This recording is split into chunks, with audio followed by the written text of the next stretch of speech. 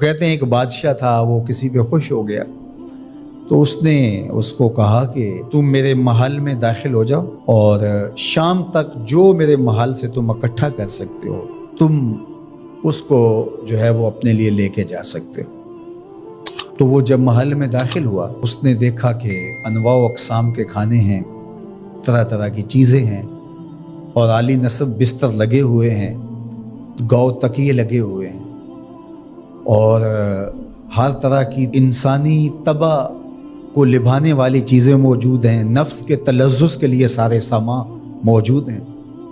تو وہ گیا اور اس نے انواع و اقسام کے کھانے کھائے اور کھانے کھا کے اور مختلف وہاں انواع و اقسام کے مشروبات پیے اور ایک گاؤ تکیے سے ٹیک لگا کے ان نظاروں کو دیکھنے لگا۔ ایسی مستی چڑھی کہ آنکھ لگ گئی۔ اچانک اس کو دربان نے اٹھایا اور کہا کہ تیرے جانے کا وقت ہو گیا ہے۔ اب جب وہ واپس نکل رہا تھا تو حسرت سے روتے ہوئے جا رہا تھا کہ میں نے عیش و عشرت میں یہ وقت گزار دیا، کچھ نیند میں گزار دیا، اور جب وہ گزر رہا تھا تو قیمتی ہیرے، لال موتی، پکھراج کیا راستے میں بکھرے پڑے تھے۔ اور ایک دوسرے شخص کو داخل کیا تو اس نے ان لذت انگیز چیزوں کی طرف توجہ نہیں کیا، سب سے قیمتی چیزیں وہاں سے اٹھائیں اور جھولی بھری اور اپنے وقت مقررہ پر وہ واپس ہوا۔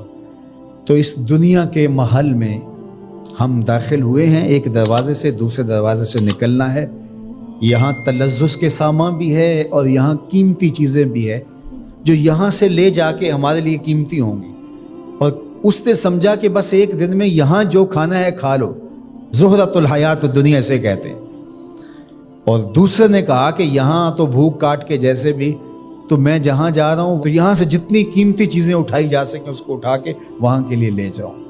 اب اس دنیا کے محلے میں اترے ہیں، یہاں سے عیش و عشرت کر کے جب اچانک موت کا فرشتہ کہے گا تیرا وقت ختم ہو گیا، آ جا، اور پھر خالی ہاتھ ہوگا، پاس کچھ بھی نہیں ہوگا، دامن بھی خالی ہوگا۔ اتنا کچھ تھا، ایک سبحان اللہ کا ہی اتنا وزن تھا کہ میزان بھر جاتا ہے، الحمدللہ کا ہی اتنا وزن ہے کہ زمین و آسمان کے درمیان جو جگہیں ہیں اس کی جزا سے بھر جائیں۔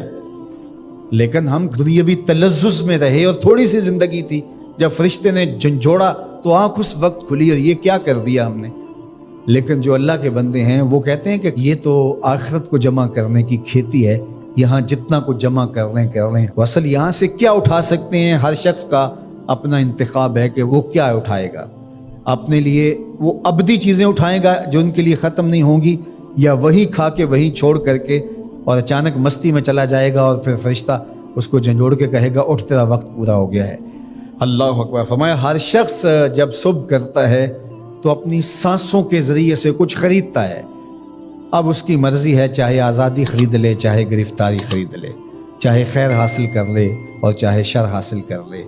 وہ آخرت کا کیا سودا خریدتا ہے یا دنیا کا سودا خریدتا ہے، اس کے بعد جب آنکھ کھلتی ہے تو پھر سمجھ آتی ہے کہ میں کیا خرید سکا۔ آپ نے ایاس کا نام سنا ہے؟ یہ معتمد خاص تھا محمود غزنوی کا، وزیر اس سے حسد کرتے ہوتے تھے کہ اس میں کیا خصوصیت ہے کہ بادشاہ اسی کو اہمیت دیتا ہے۔ ایک دن بادشاہ نے کوئی تربوز کاٹا، کوئی خربوزہ کاٹا یا کوئی اور ایسی چیز تھی، تو جس کو بھی دیا تو وہ کڑوا تھا تو اس نے چوہی چکھا تو پھینک دیا، اور پھر بلایا یاس کو اور اس کو کاٹ کے اس کی پھانک دی تو ایسے لطف سے کھانے لگا کہ جیسے اس سے لذیذ کبھی پھل زندگی میں دیکھا نہ ہو۔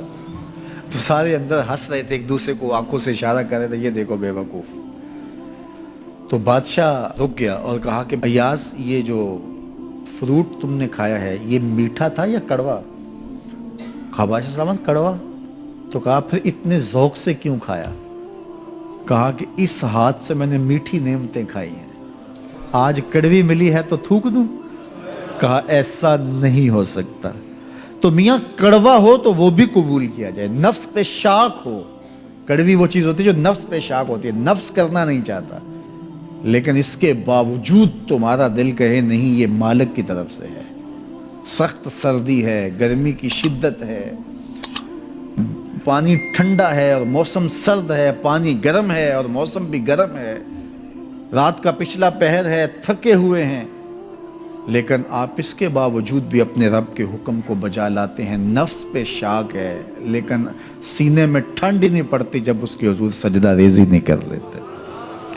تو اس کے حکموں کو بجا لانا اور اپنے نفس کو پیچھے کر دینا اور اپنی خواہشات کے گلے پہ چھری پھیر دینا اور مالک کی رضا میں اپنے آپ کو گم کر دینا، یہی زندگی ہے اور یہی بندگی ہے. تو اس لیے مجھے اور آپ کو اس بات پہ غور اور تدبر کرنا چاہیے کہ ہم اس مختصر زندگی کو اللہ کے احکام کی مطابقت میں گزارنے کا عزم کریں. وہ بات چھوٹی سے چھوٹی ہو یا وہ بات بڑی سے بڑی ہو، وہ احکام ہماری زندگی کے اندر نافذ العمل ہو. میں پھر وہ بات کہوں گا جو بار بار کہتا ہوں کہ میرے بزرگ ہم سے کہا کرتے تھے، یہ نہ ہو کہ لوگ تمہیں پوچھیں تم کون ہوتے ہو اور تمہیں بتانا پڑے کہ ہم مسلمان ہوتے ہیں. فرمایا کرتے تھے صاحب نہ کسی کو پوچھنا پڑے نہ تمہیں بتانا پڑے، تمہاری وضاحت، تمہارا طرز زندگی، تمہارا انداز معاشرت ایسا خوبصورت ہو، تم دور سے آ رہے ہو لوگ پہچان کے کہیں وہ دیکھو محمد عربی کا غلام آ رہا. تم شکل سے پہچانے جاؤ، تم کردار سے پہچانے جاؤ، تم وعدے سے پہچانے جاؤ. کتاب کا نام ہے بشر القیب فی لقاء الحبیب. حضور علیہ السلام کی ملاقات کے حوالے سے یہ کتاب امام سیوطی علیہ رحمہ کی مصنفہ ہے. اس میں ایک واقعہ انہوں نے لکھا کہ ایک شخص قبر میں اترا اور نکیرین آئے اور انہوں نے سوال و جواب کا سلسلہ کیا، من ربوں کا، ما دینوں کا. اچھا، اس کی داڑھی میں چند بال سفید تھے جن کو وہ مہندی لگایا کرتا تھا. تو جب منکر نے کہا کہ من ربوں کا، تو نکیر نے اس کا ہاتھ پکڑ کے پیچھے کھینچتے ہوئے کہا اس سے سوال پوچھ رہا ہے، تو دیکھ نہیں رہا اس کی داڑھی میں اسلام کا نور چمک رہا ہے، اس کی داڑھی میں اسلام کا اجالا تمہیں دکھائی نہیں دے رہا؟ تو تمہاری وضع قطعی ایسی ہو کہ فرشتے بھی دیکھیں کہ یہ حضور کا غلام آ رہا ہے، یہ حضور کا نوکر آ رہا ہے. نور آنکھوں میں تو چہروں پہ اجالے ہوں گے، مصطفیٰ والوں کے انداز